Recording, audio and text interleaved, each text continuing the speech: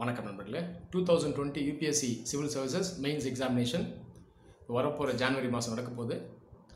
இந்த எக்ஸாமினேஷனை எழுத போகிற ஸ்டூடெண்ட்ஸ் இவங்க எல்லாருக்கிட்டையும் ஒரு முக்கியமான விஷயத்தை ஷேர் பண்ணணும். ஒரு சில அறிவுரைகள், அட்வைஸை சொல்லணும். இதுக்கு தான் நான் அந்த வீடியோ போடுறேன். இது ஃபஸ்ட் டைம் மெயின்ஸ் எழுதுறவங்க மட்டும் இல்லை, இதுக்கு முன்னாடி மெயின்ஸ் எக்ஸாமினேஷனை எழுதினவங்க ஒரு வாட்டியோ 2 வாட்டியோ 4 வாட்டியோ 5 வாட்டியோ 6 வாட்டியோ இவங்களுக்கும் இந்த வீடியோவில் நான் சொல்லக்கூடிய விஷயங்கள் பார்த்திங்கன்னா ரொம்பவே முக்கியமானது. இப்போ முதல்ல இந்த மெயின்ஸ் எக்ஸாமினேஷன் இது எந்த மாதிரியான ஒரு எக்ஸாமினேஷனுங்க? இந்த ஒரு அண்டர்ஸ்டாண்டிங் நிறைய பேர்கிட்ட இல்லை. சிம்பிளாக சொல்லணும்னா, ஒரு வீடு கட்டுறோம், பேஸ்மெண்ட் போடுறோம், பில்லர் எழுப்புறோம், மேலே சீலிங் போடுறோம். இந்த மெயின்ஸ் ரிட்டர்ன் எக்ஸாமினேஷன்றது இந்த சீலிங் போடுற மாதிரி. இதுக்கு முன்னாடி 80% கிட்ட வேலை முடிஞ்சிருக்கும், அப்ராக்சிமேட்டாக சொல்கிறேன். கடைசி 20% தான் சீலிங். இதை நம்ம வேகமாக போடுவோம். ஆனால் வேலை தான் வேகமாக நடக்குமே தவிர அது கீழே நம்ம செஞ்சிருக்கக்கூடிய அந்த ஃபவுண்டேஷன் பார்த்திங்கன்னா அது அதிகமாக இருக்கும். இது ரொம்ப குரூஷியலான ஃபேஸ், இந்த சீலிங் போடுறது. கொஞ்சம் மிஸ் பண்ணிட்டீங்க அப்படின்னாலும் முழு வீடே இடிஞ்சு விழுந்துடும். அப்புறம் முதல்லேருந்து கட்டணும். இந்த மாதிரி தான் இந்த மெயின்ஸ் எக்ஸாமினேஷன். இதை நீங்கள் புரிஞ்சுக்கணும். ஃபஸ்ட் அட்டம்ப்டில் செலக்ட் ஆகிறீங்க, இல்லை செகண்ட் அட்டம்ப்டில் செலக்ட் ஆகிறீங்கன்னா சீக்கிரமாக சர்வீஸில் சேர்ந்தால் ஹையர் போஸ்ட்லாம் ரீச் ஆகலாம், நிறைய வருஷம் சர்வீஸ் பண்ணலாம். இதே அட்டம்ப்ட் பின்னாடி போய் செலக்ட் ஆகுது அப்படின்னா இந்த வாய்ப்பை நீங்கள் இழப்பீங்க. அப்போது இதில் நீங்கள் ரொம்பவே கவனமாக இருக்கணும். மெயின்ஸ் எக்ஸாமினேஷன்றது நம்ம அறிவை ப்ரூவ் பண்ணுறதுக்கோ, நம்மளுடைய ஜீனியஸை ப்ரூவ் பண்ணுறதுக்கோ ஒரு இடம் கிடையாது. நம்மளுடைய ஈகோவை சாட்டிஸ்ஃபை பண்ணுறதுக்கோ, நம்மளுடைய செல்ஃப் கிராட்டிஃபிகேஷனுக்கான இடம் கிடையாது. யூபிஎஸ்சியில் ஒரு எக்ஸாம் நடத்துகிறாங்க, கேள்விக்கான பதிலை எழுதணும், ஐஏஎஸ் ஆகணும், போகணும். அதுக்கப்புறம் சர்வீஸ் வாங்கிட்டு உங்களுடைய சாதனை நீங்கள் பண்ணுங்கள், அரசுக்கு நீங்கள் போய் வேலை செய்யுங்க. இதை நீங்கள் புரிஞ்சுக்கணும். இப்போ நம்ம சேனல்லையே ஒரு 30 பேர்கிட்ட இந்த வாட்டி செலக்ட் ஆகி எழுதுறாங்க, அப்ராக்சிமேட்டாக சொல்கிறேன். ஒரு 25 30 பேர்கிட்ட இருப்பாங்க நம்ம சேனலை மட்டும் ஃபாலோ பண்ணுறவங்க. இப்போது இதில் நிறைய பேர் என்கிட்ட கால் பண்ணாங்க. இதில் எல்லாரையுமே நான் என்ன சொன்னேன்னா, ஃபீட்பேக் என்கிட்ட வாங்க, நேராக வாங்க முடிஞ்ச வரைக்கும்னு சொன்னேன். இல்லை, ஒரு சில பேர் தான் வந்தாங்க, நிறைய பேர் வரல. அது ரீசன் எனக்கே தெரியல. சரி, இப்போ நிலை எப்படி தான் இருக்குது. சரி, இப்போது மெயின்ஸ் எக்ஸாமினேஷன் எழுதுகிறவங்க செய்யக்கூடிய 3 முக்கியமான மிஸ்டேக்ஸ் இது என்னங்கிறது நான் சொல்கிறேன். இந்த மிஸ்டேக்கை செய்கிறவராக நீங்கள் இருந்தால் தயவுசெய்து உடனே நீங்கள் உங்களை சரிப்படுத்திக்கணும். பெட்டர் லேட் தென் நெவர். இன்னும் ஒரு 40 நாள் கிட்ட இருக்குது, 40-45 நாள் இருக்குது. ஒருவேளை இந்த மிஸ்டேக்ஸ் எல்லாம் செய்யலை, கரெக்டான பாதையில் போகிறீங்கன்னா ரொம்ப சந்தோஷம். தயவுசெய்து அப்படியே போயிட்டுருங்க, எதையும் மாற்றிக்க வேண்டாம். சரி, இந்த 3 மிஸ்டேக் என்னன்றது நான் சொல்கிறேன். முதல் மிஸ்டேக் நிறைய பேர் பண்ணுறது, மாடல் டெஸ்ட் எடுப்பாங்க இந்த பீரியடில், இந்த ப்ரிலிம்ஸ்க்கும் மெயின்ஸ்க்கும் நடுவில். இது எடுக்கணுமானா கண்டிப்பாக எடுக்கணும். ஆனால் இவங்க செய்கிற தப்பு, இதை அப்யூஸ் பண்ணுவாங்க, ஓவர் டூ பண்ணுவாங்க, நிறைய டெஸ்ட் எடுப்பாங்க. இவங்கெல்லாம் என்ன மாதிரி ஒரு அண்டர்ஸ்டாண்டிங்கில் இருக்காங்கன்னா, டெஸ்ட் நிறைய எடுக்க அந்த கேள்விகள் யூபிஎஸ்சியில் வர்றதுக்கான வாய்ப்பு அதிகம் டைரெக்டாக. அப்போது இந்த கேள்வி அப்படியே வரும், நான் எழுதிடுவேன்னு நினைக்கிறாங்க. ஆன்சர் கீ இருக்கும், ஆன்சர் கீயை பார்த்துட்டு அந்த பாயிண்ட்டை மனப்பாடம் பண்ணி அப்படியே அங்கே இறக்கிடலான்னு நினைப்பாங்க. இது தப்பான ஒரு அணுகுமுறை. இது எதுக்கு பொருந்தோம்னா, டிஎன்பிஎஸ்சி குரூப் 4 எக்ஸாம் வேணால் பொருந்தும். அதுவும் ஒரு காலத்தில். இப்போ அந்த எக்ஸாமே யூபிஎஸ்சி மாதிரி ஆக்கிட்டு வராங்க. இந்த மாதிரி ஒரு அப்ரோச் வச்சுக்கிறது ரொம்ப ரொம்ப தப்பு. ரெண்டாவது தப்பு, இதுக்கான விளக்கத்தை நான் சொல்கிறேன் அதுக்கப்புறம். ரெண்டாவது தப்பு, இதை நான் நிறைய பேர் இப்போ செய்கிறாங்க, நான் பார்க்குறேன். இப்போது ரொம்ப மிகப்பெரிய முட்டாள்தனங்க இது. ஆனால் நிறைய பேர் செய்கிறாங்க. டாப்பர் ஆன்சர் ஷீட்டு கிடச்சிருமா நெட்டில் அப்படின்னு பார்க்குறாங்க. இதை நிறைய பேர் விற்றுக்கிட்டு வேறு இருக்காங்க, ஆன்லைனில் ஏழை மாதிரி விடுறாங்க. இது மிகப்பெரிய முட்டாள்தனம். ஏன்னு நான் சொல்கிறேன், உங்கள் நல்லது தான் சொல்கிறேன். அதுக்கான விளக்கத்தையும் நான் சொல்கிறேன். மூணாவது தப்பு, இதை செய்கிறவங்க யாருன்னா, ஏற்கனவே மெயின்ஸ் எழுதினவங்க. 1 வாட்டியோ 2 வாட்டியோ 3 வாட்டியோ 4 வாட்டியோ 5 வாட்டியோ 6 வாட்டியோ எழுதினவங்க. இவங்க என்ன செய்கிற தப்புன்னா, இவங்க என்ன பண்ணணும், ஏற்கனவே நான் மெயின்ஸ் எழுதியிருக்கேன், ஏதோ தப்பு பண்ணியிருக்கேன், இல்லை ஏதோ மிஸ் ஆகுது, அதை சரி பண்ணால் செலக்ட் ஆகிட்டு போயிடலாம். எவ்வளோ சிம்பிள். இதை தானே யோசிக்கணும். இவங்க இதெல்லாம் பண்ண மாட்டாங்க. எக்ஸாம் பற்றி தேவையில்லாத ஆராய்ச்சி பண்ணுறது. எந்தெந்த கேள்வி பிரேக்கப் வருது, அதோடைய பிரேக்கப் பண்ண, இந்த வருஷம் என்ன கேள்வி வந்துச்சு, இதுக்கு முன்னாடி வருஷம் எந்த கேள்வி வந்துச்சு, அப்போது இப்போ வரக்கூடிய வருஷம் இந்த கேள்வி தான் வரும். இந்த மாதிரி தேவையில்லாத ஆராய்ச்சி இவங்க பண்ணுவாங்க. இதில் நிறைய பேர் என்கிட்டே சொல்லியிருக்காங்க, சார் மெயின்ஸ் எக்ஸாமினேஷனில் டாபிக் பார்த்தீங்கன்னா ஒரு 50 தான் இருக்கும் மெயினாக, இதில் தான் கேள்வியே வரும், நான் எல்லாத்தையும் படிச்சுட்டேன். ஆனால் நான் இதுக்கு முன்னாடி செலக்ட் ஆகாதது காரணம், எனக்கு நாலேஜ் நிறைய இருக்குது, ஆனால் எழுதுகிற ஸ்டைல் தான் மிஸ் ஆகுது சார். அந்த செலக்ட் ஆகிறாங்க ஃபஸ்ட் ரேங்க் எடுக்கிறவங்களாம் ஏதோ ஒரு ஸ்டைலில் எழுதுகிறான் அந்த பையன், அதை நான் இந்த வாட்டி கண்டுபிடிச்சி எழுதுகிறேன் பாருங்கன்னு சொல்லுவாங்க. இது மிகப்பெரிய முட்டாள்தனங்க. டாபிக் 50 தான் வருது, உண்மை தான். ஆனால் அதுக்குள்ளே 100 டைமென்ஷன்ஸில் இருக்கும் ஒரு கேள்வி உள்ளே. இதுதான் புரிஞ்சுக்கணும். இதில் நிறைய பேர் இப்போ வந்து நாலேஜை வளர்த்துருக்க மாட்டாங்க. நாலேஜை வந்து ஆக்சுவலாக மனப்பாடம் பண்ணியிருப்பாங்க. மனப்பாடத்தை நாலேஜ்னு நம்ம நினச்சிருப்பாங்க. அந்த நாலேஜை வந்து நம்ம என்ன பண்ணணும், ரீஃபோக்கஸ் பண்ணணும், மல்டிபிள் டைமென்ஷன்ஸில் யோசிக்கணும், நாலேஜை என்ரிச் பண்ணணும், ப்ராக்டிஸ் பண்ணணும். இதை தான் இவங்க பண்ணணும். ஆனால் இவங்க இந்த மாதிரி ஒரு ராங்கான ஒரு அப்ரோச்சில் இருப்பாங்க. சரி, இப்போ 3 மிஸ்டேக் பார்த்தோமா? இதுக்கான விளக்கத்தை நான் இப்போ சொல்கிறேன். முதல் தப்பு, நிறைய டெஸ்ட் எடுக்கிறது. 4-5 அகாடமிலேருந்து எடுக்கிறாங்க நிறைய பேர், நான் பார்க்குறேன். இப்போன்னு இல்லை, நிறைய வருஷமாக பார்க்குறேன். ஆனால் பார்த்தீங்கன்னா மறுபடியும் மெயின்ஸ் எக்ஸாம் எழுதிட்டே இருப்பாங்க. 4-5 அகாடமியில் எடுத்தாங்க, நான் செலக்ட் ஆகிருக்கணும்ல, சொல்லப்போனால் ஃபஸ்ட் ரேங்க் எடுத்துக்கணும்ல அந்த பையன், ஏன் மறுபடியும் எடுக்கிறாரு? அது எடுக்கிறதே ஃபஸ்ட்டு தப்பு. மெயின்ஸ் எக்ஸாமினேஷனுங்கிறது நாலேஜை டெஸ்ட் பண்ணுறது தான், கேள்விக்கான பதில். ஆனால் கேள்வி நிறைய பேர் படித்து புரிஞ்சிக்கவே மாட்டாங்க. இவங்களுக்கு என்னெல்லாம் தெரியுதோ எழுதுவாங்க. இப்போ டெஸ்ட்டுன்றது ஒரு ப்ராக்டிஸுங்க. ஏற்கனவே இருக்க நாலேஜை கரெக்டாக வெளிக்கொணர்ந்து வர்றீங்களான்றதுக்கு ஒரு ப்ராக்டிஸ், அவ்வளோதான். ஸோ இதுதான் இந்த மாடல் டெஸ்ட்டுங்கிறது. மாடல் டெஸ்ட்டை நீங்கள் எழுதும்போது உங்களுடைய மிஸ்டேக்ஸை நீங்கள் வந்து உணர்வீங்க. இருக்கிற நாலேஜை எப்படி என்ரிச் பண்ணணும், அதை எப்படி ரீஃபோக்கஸ் பண்ணணும், மல்டிபிள் டைமென்ஷனில் யோசிக்கணும். ஒருவேளை நாலேஜிலே கொஞ்சம் மிஸ் ஆகுதுன்னா அதை ஐடென்டிஃபை பண்ணி மறுபடியும் நம்ம அதை லேர்ன் பண்ணிட்டு வரணும். இதுக்கு தான் டெஸ்ட்டு. டெஸ்ட்டு நிறைய எடுத்து பிரயோஜனம் கிடையாது, அளவாக எடுக்கணும். இந்த டெஸ்ட்டை ஏன் எடுக்கணும்னா நான் சொன்ன விஷயத்துக்கு மட்டும்தான் யூஸ் பண்ணணும். அது வந்து ஒரு ப்ராக்டிஸ் தான். ஐடென்டிஃபை பண்ணுறது, வீக்னஸ் ஐடென்டிஃபை பண்ணுறது, இதுக்கான ஒரு ப்ராக்டிஸ் தான் டெஸ்ட்டு. இது அளவாக எடுக்கணும். டெஸ்ட்டை நிறையா எடுத்துட்டா அந்த கேள்வி அப்படியே வந்துடும், நம்ம எழுதிடுவோம் அப்படின்னு நினைக்கிறது மிகப்பெரிய தப்பு. ரெண்டாவது தப்பு, இந்த டாப்பரோட ஆன்சர் ஷீட்டை வாங்கிடலாமா ஆன்லைனில் நினைக்கிறேன். இதுவும் மிகப்பெரிய முட்டாள்தனம். உங்கள் நல்லது தான் நான் சொல்கிறேன். யூபிஎஸ்சியில் ஒரு டாபிக் உள்ள வர ஒரு அந்த கேள்வியும் பார்த்தீங்கன்னா யூனிக்காக இருக்கும். எக்ஸாமே டைனமிக்கான எக்ஸாம்.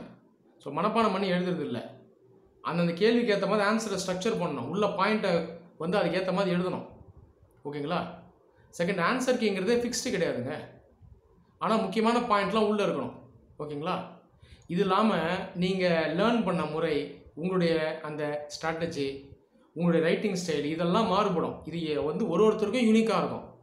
அப்படி இருக்கும்போது எக்ஸாமினேஷன் டைனாமிக்காக இருக்கும்போது அந்த ரைட்டிங்கினுடைய அந்த எக்ஸ்பெக்டேஷன்ஸை டைனாமிக்காக இருக்கும்போது டாப்பரோட ஆன்சர் ஷீட்டை வாங்கி அப்படியே பார்த்து நான் வந்து காப்பி அடித்து எழுதுறேன்னு நினைக்கிறது எவ்வளோ பெரிய முட்டாள்தனம். இதை செய்யாதீங்க. நிறைய பேர் இதை செய்றீங்க. உங்களை நம்பி நான் சொன்னதை ஃபாலோ பண்ணி எழுதுனீங்கன்னா நீங்களே ஃபஸ்ட் ரேங்க் எடுக்கலாம். ஃபஸ்ட் ரேங்க் எடுத்தவரோட பேப்பரை வாங்கி காப்பி அடிச்சோன்னு நினைக்காதீங்க. ஓகேங்களா? ஸோ 3வது தப்பு, அதை நான் ஏற்கனவே சொல்லிட்டேன். ஏற்கனவே மெயின்ஸ் எக்ஸாம் எழுதணுங்க, இவங்க பண்ண மிஸ்டேக்ஸே இவங்க உணர மாட்டாங்க. எக்ஸாம் பற்றி தேவையில்லாத ஆராய்ச்சி பண்ணுவாங்க. இப்படி பண்ணும்போது என்ன, பிரெயின் லாக் ஆகிடும். பிரெயினே யோசிக்காது, சிந்திக்காது. இவங்க ஆல்ரெடி நிறைய நாலேஜ் இருக்குன்னு நினச்சிட்டு பேசிக்கானதெல்லாம் மிஸ் பண்ணிக்கிட்டே இருப்பாங்க. அதுக்கான ரீசன் நான் சொல்லிட்டேன். டாபிக்ஸ் 50 டாபிக்னாலும் உள்ளே பல டைமென்ஷன்ஸில் வரும். அதெல்லாம் அனலைஸ் பண்ணணும், எழுதணும். ஸோ இப்போ இந்த 3 மிஸ்டேக்ஸ் என்னன்றது சொல்லிட்டு அதுக்கான ரீசனையும் நான் சொல்லிட்டேன். இதெல்லாம் மிஸ்டேக்ஸ்ன்றதுக்கான ரீசனை சொல்லிட்டேன். இப்போ சரியான பாதையில் நீங்கள் போனோன்னா செய்யக்கூடிய விஷயங்கள் இதை நான் இப்போ சொல்ல போகிறேன். உத்து கவனிங்க. ஃபஸ்ட் டைம் மெயின்ஸ் எழுதுறவங்களும் சரி, ஆல்ரெடி மெயின்ஸ் எழுதுறவங்களும் சரி, நான் சொன்ன இந்த விஷயத்தை செய்யணும். ரொம்ப பேசிக்கான விஷயம். என்ன பண்ணணும்னா மெயின் சிலபஸ் எடுங்க. ஓகேங்களா? டாபிக்ஸ் பார்த்தீங்கன்னா மிஞ்சி போனால் ஒரு 40லேருந்து 50க்குள்ளே தான் இருக்கும். ஓகேங்களா? ஜிஎஸ் பேப்பர் 1, 2, 3, 4 விட்டுருங்க, அது வந்து செப்பரேட் பேப்பர். இந்த டாபிக்ஸ் கீழெல்லாம் நீங்கள் வந்து ஏற்கனவே இருக்க நாலேஜை வச்சு சினாப்சிஸ் கிரியேட் பண்ணுங்கள். நோட்ஸ் எடுக்கணும். ஒரு டாப்பிக்கு மிஞ்சி போனால் ஒரு 4லேருந்து 6 பேஜ் வரைக்கும் தான் வரும். இதை எடுக்கணும். இதை நான் எப்பயுமே சொல்லுவேன், ஆனால் யாரும் ஃபாலோ பண்ண மாட்டாங்க. இதை போய் எடுக்க சொல்கிறாரு, எழுதணுமா, எனக்கு தான் நிறைய நாலேஜ் இருக்கேன்னு நினைப்பாங்க. அதுதான் தப்பு. இருக்கிற நாலேஜை நீங்கள் ரீப்ரொடியூஸ் பண்ணணும். சொல்லப்போனால் நான் சொல்கிற எக்ஸசைஸ் தான் ரொம்ப டிஃபிகல்ட்டு. இதை நிறைய பேரால் பண்ண முடியாது. என்னால் சேலஞ்ச் பண்ணி சொல்ல முடியும். இதை நீங்கள் செய்யணும். இதை செஞ்சால் தான் கரெக்டாக படிச்சிருக்கோமா, கரெக்டாக எழுத தெரியுதா, கேள்வியை புரிஞ்சுக்கிறோமான்றது நமக்கே தெரியும். இதை பண்ணணும். இந்த நோட்ஸ் டேக்கிங்கை உடனடியாக பண்ணுங்கள். இது வரைக்கும் நீங்கள் பண்ணலன்னா ஒரு நாளைக்கு மிஞ்சி போனால் 1.5 மணி நேரம் மேலே ஆகாது. இதை நீங்கள் பண்ணணும். இதுலேயும் ஒரு சில முக்கியமான டாபிக்ஸ் பார்த்தீங்கன்னா ஓவர்லேப் ஆகும் 3 பேப்பர்லையும். இதெல்லாம் பண்ணணும். உதாரணத்துக்கு அக்ரிகல்ச்சருங்கிறது ஃபஸ்ட் பேப்பரில் வரும். இது வந்து சொசைட்டி பாயிண்ட் ஆஃப் வியூவில் வரும். 3rd பேப்பரில் வரும். எக்கனாமிக்ஸ்லேயும் வரும். 2nd பேப்பர் வெல்ஃபேர் ஸ்கீம் உள்ளேயும் வரும். அக்ரிகல்ச்சருக்கு மட்டும் நோட்ஸ் வந்து ஒரு 20 பேஜ் எடுக்கணும். இதில் இருக்க பாயிண்ட் அந்த பேப்பருக்கு ஏற்ற மாதிரி இறக்கணும், உள்ளே இறக்கணும். Green revolution, second green revolution, food processing industry, land reforms எல்லாத்தையும் எடுத்து வச்சு இறக்கணும். நான் சொல்கிறது நீங்கள் பண்ணிங்கன்னா குறைஞ்சது 110 மார்க் ஸ்டாண்டர்டில் ஒரு பேப்பருக்கும் மார்க் வரும். நான் சொன்னதை நம்பி பண்ணணும், சொன்னதை பண்ணால் மார்க்கு வரும், நான் கேரண்டி. ஸோ இதை செய்யணும், எல்லாருமே செய்யணும், இதை செய்யுங்க. ரெண்டாவது விஷயம் நீங்கள் எல்லாருமே செய்ய வேண்டியது, உங்களை நீங்களே செல்ஃப் அப்ரைசல் பண்ணணும். முதல் விஷயம், எந்தெந்த சப்ஜெக்ட்ஸில் இல்லை எந்தெந்த ஸ்பெசிஃபிக் ஏரியாஸில் நீங்கள் வீக்குன்றதை நீங்களே ஐடென்டிஃபை பண்ணுங்கள். ஓகேங்களா? இதில் மெயினாக பார்த்தீங்கன்னா ஃபேக்ட் பேஸ்டு சப்ஜெக்ட் என்னங்கிறத பார்க்கணும். ஏன்னா அதில் தான் அந்த நாலேஜ் மெயினாக மிஸ் ஆகும், அந்த ஃபேக்ட்ஸ் மெயினாக மிஸ் ஆகும். மெயினாக history, geography, world history, science, இதில் தான் வந்து டைரெக்டாக ஃபேக்டை படிக்க போகிறீங்க. இதில் தான் நாலேஜ் வந்து மிஸ்ஸே ஆகும். ஒரு விஷயத்தை பற்றி ஐடியாவே இல்லைன்னு சொல்கிறது இதில் தான் இருக்கும். ஓகேங்களா? இதை ஐடென்டிஃபை பண்ணி இந்த நேரத்தில் இந்த கேப்பை வந்து ப்ளக் பண்ணணும், மறுபடியும் ரிவைஸ் பண்ணிக்கிட்டே இருக்கணும். ஓகேங்களா? ஸோ ஃபேக்ட் பேஸ்டு சப்ஜெக்ட்ஸ் இதில் உங்களை நீங்கள் ஸ்ட்ரெங்தன் பண்ணணும். மூணாவது விஷயம், knowledge based, application based subjects. இதெல்லாம் என்னென்னா ஆல்ரெடி நாலேஜ் உங்களுக்கு அடிக்குவேட்டாக இருக்கும், ஆனால் இதை ரீப்ரொடியூஸ் பண்ணுறது தான் சேலஞ்சு. இதை வந்து இருக்கிற நாலேஜை மல்டிபிள் டைமென்ஷனில் யோசித்து அனலைஸ் பண்ணி கேள்விக்கு ஏற்ற மாதிரி எழுதணும். இதுதான் சேலஞ்சு. இதில் நீங்கள் ஃபோக்கஸ் பண்ணணும், இதில் இருக்கிற நாலேஜை ரீப்ரொடியூஸ் பண்ணணும். இந்த நாலேஜ் பேஸ்டு அப்ளிகேஷன் பேஸ்ட் சப்ஜெக்ட்ஸ்லாம் என்னென்னு பார்த்தீங்கன்னா மெயினாக எஸ்ஏ, எத்திக்ஸ், அல்லாமல் international relation, polity, social issues, ஓகேங்களா, எக்கனாமி, செக்யூரிட்டி, இதெல்லாம் வரும். இதெல்லாம் ஏற்கனவே நாலேஜ் இருக்கும். இதை ரீப்ரொடியூஸ் பண்ணுறது தான் சேலஞ்சு. இதுக்கு தான் மாடல் டெஸ்ட்டை யூஸ் பண்ணணும். மெயினாக இந்த ப்ராக்டிஸாக யூஸ் பண்ணணும். இருக்கிற நாலேஜை கேள்வியை புரிஞ்சு எழுத முடியுதான்னு பார்க்கணும். ஸோ இந்த 3 விஷயங்களை பண்ணணும். ஒன்று, நோட்ஸ் டேக்கிங் பண்ணணும், இது எல்லாருமே பண்ணணும். ரெண்டாவது விஷயம், இந்த நாலேஜ் கேப்ஸ், மெயினாக ஃபேக்ட்ஸில் எங்கெல்லாம் மிஸ் ஆகுது, இந்த சப்ஜெக்ட்ஸ் எல்லாம் இந்த வாட்டி நிறைய படிக்கணும். அதை படித்து ரிவைஸ் பண்ணிக்கிட்டே இருக்கணும். மெயினாக ஹிஸ்ட்ரி, ஜியாகிரஃபி, சயின்ஸ், இந்த மாதிரி சப்ஜெக்ட்ஸ் எல்லாம் நீங்கள் ரிவைஸ் பண்ணுற மாதிரி இருக்கணும். இதை பண்ணணும். மூணாவது, நாலேஜ் பேஸ்டு, ஏற்கனவே நாலேஜ் இருக்கும், இதை புதுசாக படிக்கக்கூடாது. மறுபடியும் சொல்கிறேன், நேரத்தை வீண் பண்ணாதீங்க. இருக்கிற நாலேஜை ரீப்ரொடியூஸ் பண்ண பார்க்கணும், திங்க் பண்ணணும், மல்டிபிள் டைமென்ஷனில் யோசிக்கணும், அனலைஸ் பண்ணணும், எழுதி பார்க்கணும். இதில் என்ன ஆகும்னா நீங்களே ரீஃபோக்கஸ் பண்ணுவீங்க, நிறைய டைமென்ஷனில் யோசிப்பீங்க. ஓகேங்களா? ஏற்கனவே மிஸ்கன்சம்ஷன்லாம் வெளியே போவோம், நாலேஜ் ப்ராலிஃபரேட் ஆகும். இதை பண்ணணும். 3 விஷயங்களை பண்ணுங்க, கண்டிப்பாக பண்ணணும். இந்த 3 விஷயங்களை ஏற்கனவே மெயின்ஸ் எக்ஸாம் எழுதி செலக்ட் ஆகாதவங்க இவங்க ஸ்பெசிஃபிக்காக என்ன பண்ணணும் அப்படின்னா, இந்த முதல் விஷயம் சொன்னேன் இல்லையா, இந்த நோட்ஸ் டேக்கிங், இதை நீங்கள் பண்ணி ஆகணும். இதை எல்லாரும் பண்ணணும். ரெண்டாவது, இந்த ஃபேக்டில் ஸ்பெசிஃபிக்காக எங்கெல்லாம் மிஸ் ஆகுது, நாலேஜ் பாயிண்ட் ஆஃப் வியூவில் எங்கெல்லாம் நமக்கு லேக் ஆகுது, இதை ஐடென்டிஃபை பண்ணி இதையும் நீங்கள் பண்ணிடணும். உதாரணத்துக்கு, நான் லாஸ்ட் டைம் எழுதும்போது ஃபஸ்ட் பேப்பரில் மார்க் வரல, வேர்ல்டு ஹிஸ்ட்ரியில் விட்டுட்டேன், இல்லை வந்து ஆர்ட் அண்ட் கல்ச்சரில் விட்டுட்டேன்னா அதில் ஸ்பெசிஃபிக்காக ஃபோக்கஸ் பண்ணி ரிவைஸ் பண்ணுங்கள். ஓகேங்களா? இதை நீங்கள் பண்ணணும். ஸோ ரெண்டாவது விஷயத்தை நீங்கள் பண்ணணும். நீங்கள் இது இல்லாமல் மூணாவது விஷயம் சொன்ன பாருங்கள், அப்ளிகேஷன் பேஸ்டு சப்ஜெக்ட்ஸு, இதையும் நீங்கள் பண்ணணும். ஸோ இது காமனாக ஃபஸ்ட் டைம் எழுதுகிறவங்க சரி, ஏற்கனவே எழுதுகிறவங்க, இதை நீங்கள் பண்ணணும். நாலாவதாக ஒரு விஷயத்த இந்த ஏற்கனவே மெயின்ஸ் எழுதுறவங்க ஸ்பெசிஃபிக்காக பண்ணணும். இதை நீங்கள் செஞ்சாகணும். ஆராய்ச்சியெல்லாம் விட்டுடுங்க எக்ஸாம் பற்றி. நீங்கள் லாஸ்ட் டைம் பண்ண தப்பு என்னங்கிறத ஒரு டைரியில் எழுதணும். என்ன தப்பு, கேள்வியை புரிஞ்சுக்கிட்டீங்களான்னு பாருங்கள். இதை நிறைய பேர் செஞ்சுக்க மாட்டீங்க. கேள்வியை பார்த்துருப்பீங்க, உடனே மைண்டில் அந்த க்ளோ ஆகிடும், ஆன்சர் எழுத ஆரம்பிச்சிருப்பீங்க. கேள்வியை நீங்கள் அண்டர்ஸ்டாண்டே பண்ணியிருக்க மாட்டீங்க. இந்த மிஸ்டேக்கை பண்ணியிருப்பீங்க. இதை நோட் பண்ணுங்கள். இந்த வாட்டி இந்த மிஸ்டேக் பண்ணக்கூடாது. கேள்விக்கு ஏற்ற பதில் தான் இருக்கணும். ரெண்டாவது விஷயம், உங்களை நிறைய பேர் ஏற்கனவே மெயின்ஸ் எக்ஸாம் எழுதுனவங்க, நான் சொன்ன மாதிரி கேள்விக்கான ஆன்சர் எழுதாமல் மனப்பாடத்தை உள்ளே இறக்கிருப்பீங்க, ஃபேக்ட் அண்ட் ஃபிகர்லாம் டம்ப் பண்ணியிருப்பீங்க. இதை செய்யக்கூடாது. இந்த மிஸ்டேக்ஸை நோட் பண்ணுங்கள். அதே போல் மூணாவது மிஸ்டேக், கண்டென்ட் வைஸ் என்னென்னலாம் மிஸ்டேக் பண்ணுங்கள். ஏற்கனவே உள்ள ஆன்சர் ஸ்ட்ரக்சரிங்க கரெக்டாக பண்ணிங்களா, heading, body of the answer இதெல்லாம் கரெக்டாக போட்டிங்களா, டயக்ராம் வேண்டிய இடத்துல போட்டிங்களா, வேண்டாத இடத்துலலாம் போட்டு நேரத்தை வீண் பண்ணிங்களா, தேவையில்லாத டெக்கரேஷன் பண்ணிங்களா, தேவையில்லாத அண்டர்லைனிங் பண்ணிங்களா, புல்லட் பாயிண்ட்ஸை வீம்புக்கு போட்டிங்களா, நம்பரிங்கை வீம்புக்கு போட்டிங்களா, இதெல்லாம் ஐடென்டிஃபை பண்ணணும். இதெல்லாம் மிஸ்டேக்ஸ் கீழே இதெல்லாம் நீங்கள் பண்ணணுங்க. இதெல்லாம் பண்ணிவிட்டு அப்படியே சரி பண்ணிடணும், வேறு ஒன்றும் கிடையாது. சிம்பிளாக நான் சொல்கிறேன், இது எல்லாருக்குமே பொருந்தும். கேள்விக்கான பதில் மெயின்ஸ் எக்ஸாமினேஷனில் இருந்தால் மார்க் கொடுத்துருவாங்க. ஓகேங்களா?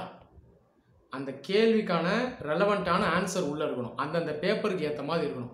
GS1ல் GS1க்கான ஆன்சர் தான் இருக்கணும், GS2க்கு அதுக்கான ஆன்சர் தான் இருக்கணும், GS3க்கு அதுக்கான ஆன்சர் தான் இருக்கணும். ஓகேங்களா? ஸோ கேள்விக்கான விடை இருந்துச்சுனாலே மார்க் வந்துடும். கண்டென்ட்டுக்கு தான் மார்க்கு, குவாலிட்டிக்கு தான் மார்க்கு. தேவையில்லாத டெக்கரேஷன் பண்ணுறது, அண்டர்லைனிங் பண்ணுறது, டயக்ராம் போடுறதுலாம் மார்க் கிடையாது. டயக்ராம் எங்கெல்லாம் தேவையோ அங்கே போடுங்க. ரிப்பிட்டேட்டிவாக எதையும் எழுதக்கூடாது. ஆன்சரில் அந்த ஃப்ளோ இருக்கணும். ஓகேங்களா? அந்த ஃப்ளோ வந்து மிஸ் ஆகக்கூடாது. ஸோ இதெல்லாம் நீங்கள் மைண்டில் வைக்கணும். ஸோ மிஸ்டேக்ஸ்லாம் இதில் தான் மெயினாக பண்ணியிருப்பீங்க. இந்த மிஸ்டேக்ஸை நீங்கள் செஞ்சவராக இருந்தால் இந்த மிஸ்டேக்ஸை சரி பண்ணிடணும்.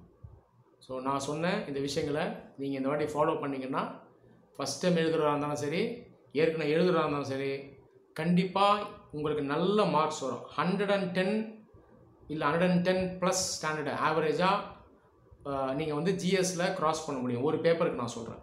ஸோ இந்த விஷயங்களை செய்யுங்க. ஒருவேளை இது வரைக்கும் நீங்கள் இதை செய்யலை அப்படின்னா தயவுசெய்து இன்றைக்கே இதை செய்ய ஆரம்பிங்க. டிலே பண்ணாதீங்க. நன்றி.